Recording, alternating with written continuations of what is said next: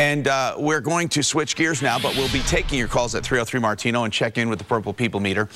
All right, you see LASIK surgeon Dr. John Dischler here a lot on my show. He's one of the pioneers of LASIK surgery in Colorado and around the country.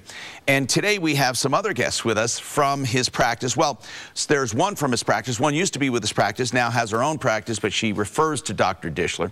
Dr. Kim Brownfield is with us. And Dr. Brownfield, you're one of the first people that people talk to when they come to Dischler.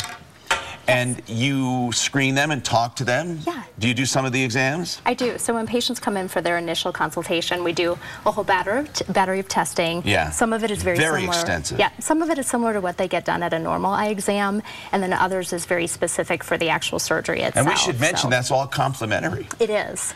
So you get a really good screening. Yeah. A normal consultation takes about an hour, and it really is a team effort, all from the technicians that start, and then I sit down and meet with the patients, and we really talk about their particular visual demands and how LASIK may play into that and decide if it's something that's right for them. So you work with Dr. Dischler, and then Dr. Yes. Cindy Beeks. You used to work with Dr. Dischler. I did. I started in the early days, and we were developing LASIK, and then we were also developing our co-care program, where we involve the patient's individual eye doctor with the LASIK procedure. Right. And so you went out on in your own practice as an optometrist. Right. And so as an optometrist, how do optometrists, because he has a number of them around the state and even in other areas that refer to him, how does that work? If people want to come to their own optometrist or to you, how does that work?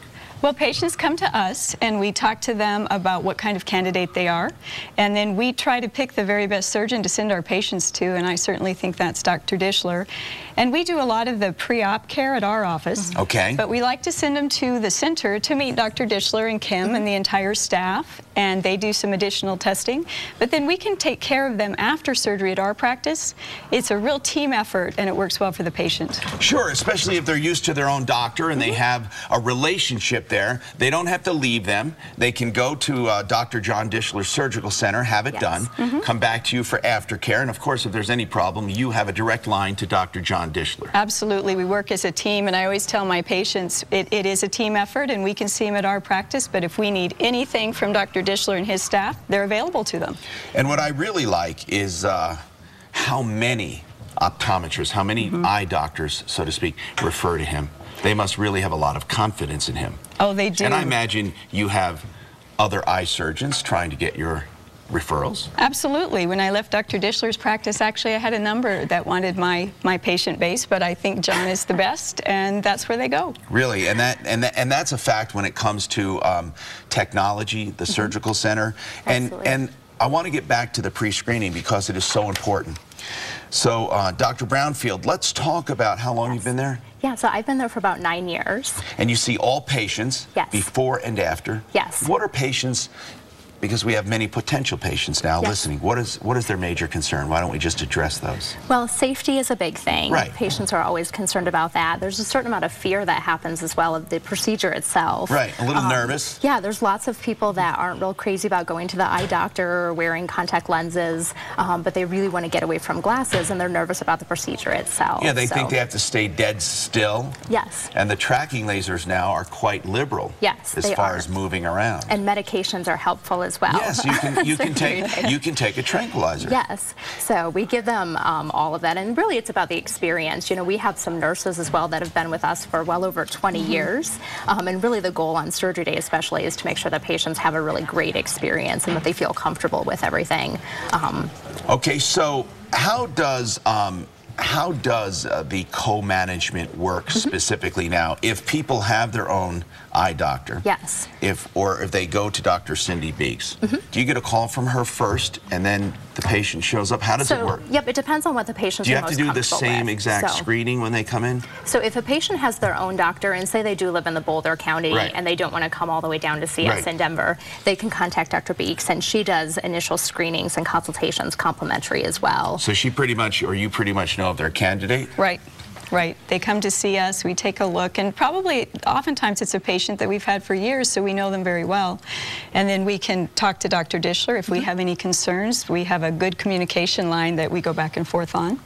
And many people have gone to Dr. Dishler that have been told they're not candidates. Yes. How does that happen, and why does that happen? Yes, so some patients are not appropriate based on measurements of their cornea that is just not safe for them. Sometimes if patients have severe medical conditions that may affect the health of their eyes, it's not a good option. And we certainly would go into all that at their initial consultation, and often then we end up sending them back to doctors like Dr. Beeks. But in some cases, some were told they were not candidates and ended up getting it through your clinic where other clinics could not have done it. Yeah, and even the technology has changed over the years, where some patients that used to not be candidates are better candidates today, as the ranges of prescriptions that we can treat are much wider than it was. So you're getting a wider range of what the laser can do? Yes. So the lasers from the time that Dr. Beeks was first doing LASIK 10 years ago are much different in the quality of the vision and the optics. So patients that often weren't candidates or may have had halos at night now may come in and won't have that with surgery today. And we should mention Dr. Dishler has been doing this for so long. He has his own surgical facility. It's an actual day surgical facility, right? It is. It's an ambulatory surgery center. So we're staffed with nurses, its own power supply, its own air supply. Absolutely, everything. Backup generators for everything is a big concern that patients have, of wonder if something happens in the facility that day. I've never thought of that. So, yeah, so the laser would run uninterrupted during a procedure in case of any power surge or anything like that. And so with the advancement in technology, he also is involved in clinical trials. You guys are doing implants even now. We are, and we were just talking to some of the staff here about it as well, for a change in near vision for people that have had great distance vision their whole life, but just now we're starting to notice the changes up close. Sometimes we have procedures for them as well. So for the latest in technology and advancement of care, also personalized care, customized care, the lowest guaranteed price for the same, if you compare apples with apples, that's what's really important. By the way, they also have 24 months financing with approved credit, and that's 0% financing. So let's give the number out, okay? Dishler LASIK, 793-3000, lowest guaranteed price there.